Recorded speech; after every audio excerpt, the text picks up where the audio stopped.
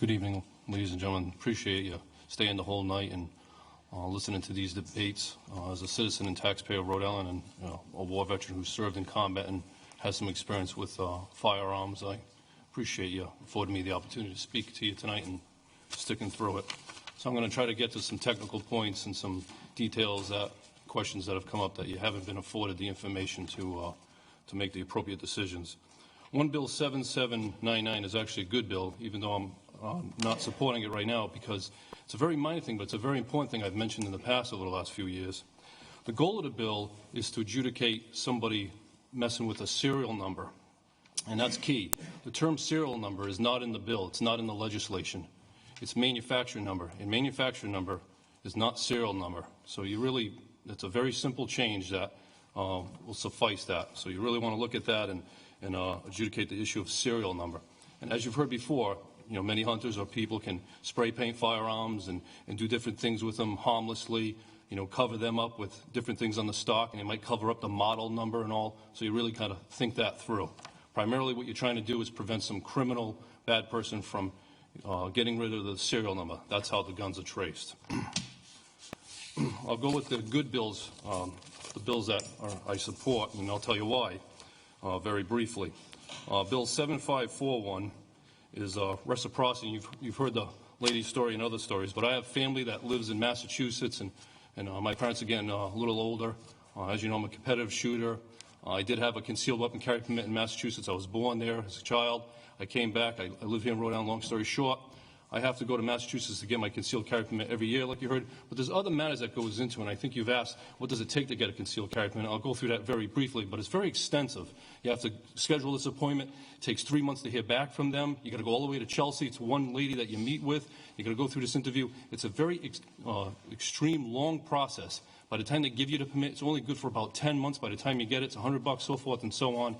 It's really not due process, and it's really unfair and very discriminatory against persons who are trying to obey the law and do the right thing and protect themselves legally and also physically with a firearm appropriately. So that's a really good bill to start working with our neighboring states and start building those relationships. The Government Accountability Office did an extensive study, and it was Diane Feinstein, who's a very negative gun, and she had the team compare all of these studies for all of these different types of requirements for concealed weapon carry permits. And if you look in there, Rhode Island and Massachusetts are very similar, and Rhode Island is very stringent. You go through a pretty extensive process, as you've heard. People have touched on today, but haven't gone through all of the 17 requirements. So you really want to look at that, and with respect to Massachusetts, the risk is very low because they have very extensive requirements like Rhode Island. Bill 7390 is a very important bill. I've testified on several times. And really this has to do with due process. And it's the language that you've heard in the bill. But really it's not only just standardizing it, it's about taking away discrimination. I had extensive requirements, and I received the same letter that most everyone receives from the Attorney General because it was a May issue, and if you read through that application process, the Attorney General can deny you for any reason at all. It's at the sound discretion of the agency. The privilege to carry is those who demonstrate need, this arbitrary need, so forth and so on. And Dr. Martin Luther King applied for a concealed carry permit after his house was bombed in 1956. And because of the May issue and similar statutes and similar terms to unsuitability, he was denied a grant of a permit and never received it. Isn't that horrible? A person who later shortly wins the Nobel Prize and the Congressional Gold Medal. So really, the term and the wording of these permits across the state and with the Attorney General is key to just a baseline process of fairness. And I could go into detail about that, but that said, I think you get the point. Bill 7244. We've heard of a lot of corruption in Rhode Island together, haven't we, over the years?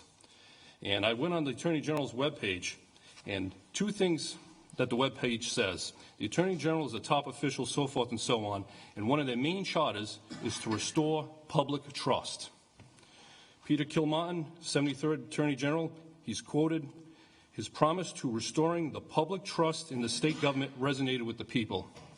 And if this office, the top leadership office, can't provide Open Meetings Act information, have a standardized approach to their own pistol permit process, and provide what they do and adjudicate with firearm laws, as you heard in this Bill 7244, then we really have a serious problem. If you really want the community to work with the government and the government to work with the community, and you want to build trust, I cannot even fathom why Bill 7244 would not go through. Joey said about resources and so forth. This is what the taxpayer pays for. They want to find out exactly what happened with these firearm incidents and what didn't happen. That's key and critical. So that bill is a very good bill. You should really consider it and push it through. You've heard a lot tonight in a motion on Bill 7199. We keep tossing this around about magazine capacities and all this arbitrary made-up language and why don't you need certain rounds and how do you need certain rounds. Well, I'll give you some facts on that.